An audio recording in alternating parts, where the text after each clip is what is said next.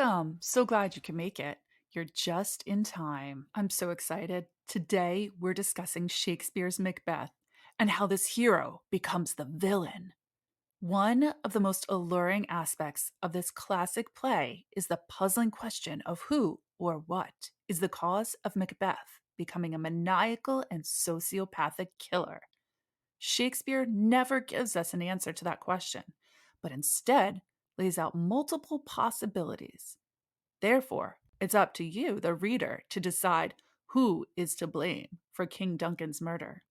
Is it the witches that are responsible? Lady Macbeth? Macbeth's own ruthless ambition? Or maybe a combination of the three? In order to make a decision, we really must start from the beginning. Let's take a closer look at Macbeth, shall we? Here he is. It's Macbeth. A loyal thane to his king, he fights bravely and savagely for Scotland in the war against Norway. This guy is a fierce warrior, and he proves his devotion to his country by brutally slaying a traitor on the battlefield. One witness claims, "Brave Macbeth! Well he deserves that name, disdaining fortune with his brandished steel, which smoked with bloody execution, like valor's minion carved out his passage till he faced the slave, which ne'er shook hands nor bade farewell to him, till he unseamed him from the nave to the chops, and fixed his head upon our battlements." Having a strong hand in winning the war, Macbeth is revered and beloved by both his king and country. In fact, the king rewards him with a new title, Thane of Cawdor, after stripping another traitor of the title, which is pretty cool since Macbeth is already the Thane of Glamis.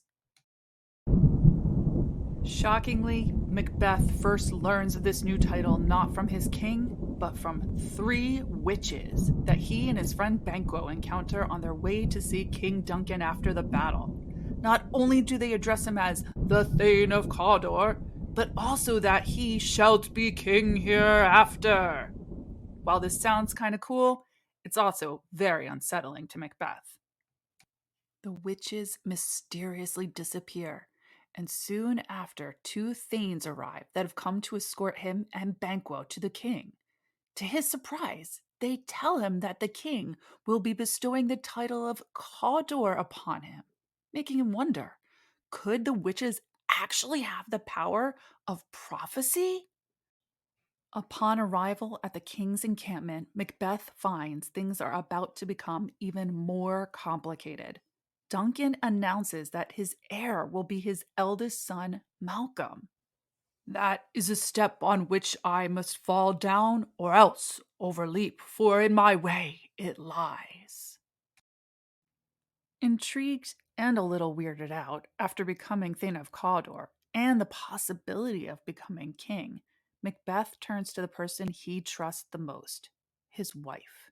His love for her is apparent, and he considers Lady Macbeth to be his partner. He writes her a letter detailing all that has happened since leaving the battlefield. Unfortunately, upon learning of the witch's prophecies, Lady Macbeth is overwhelmed with ruthless ambition, stating, "Hie thee hither, that I may pour my spirit in thine ear, and chastise with the valor of my tongue all that impedes thee from the golden round, which fate and metaphysical aid doth seem to have thee crowned withal." This woman dreams of being queen and her husband king. She knows that her husband will be hesitant. He's a good and honorable man after all.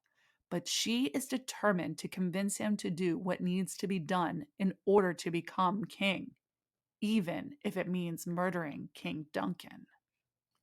Upon Macbeth's return to his wife at his castle of Inverness, she wastes no time in trying to convince her husband that he is destined to become king, and the time to act is now.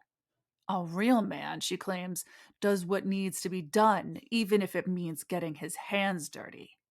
The perfect time is that very evening, while Duncan stays in their home for the night before continuing his journey to his own castle. His honor eats at him, and his morals force him to list reasons not to do this evil deed. He thinks to himself, I don't want to kill Duncan. He's a nice guy, a beloved king, and we're even related to each other. Plus, since he's sleeping under my roof tonight, it's my job to protect him from harm, not kill him myself.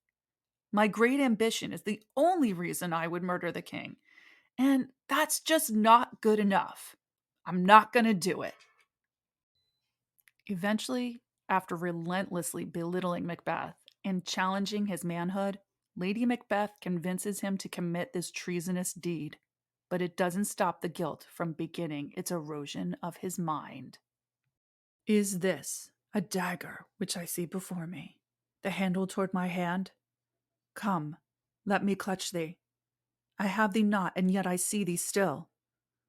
Art thou not, fatal vision, sensible to feeling as to sight? Or art thou but a dagger of the mind, a false creation proceeding from the heat oppressed brain? Thou marshalest me the way that I was going, and such an instrument I was to use. From this point on, Macbeth is ravaged by his guilt, becoming a paranoid, murderous monster. So, now it's up to you to decide. What was the cause of Macbeth's fall from hero to villain?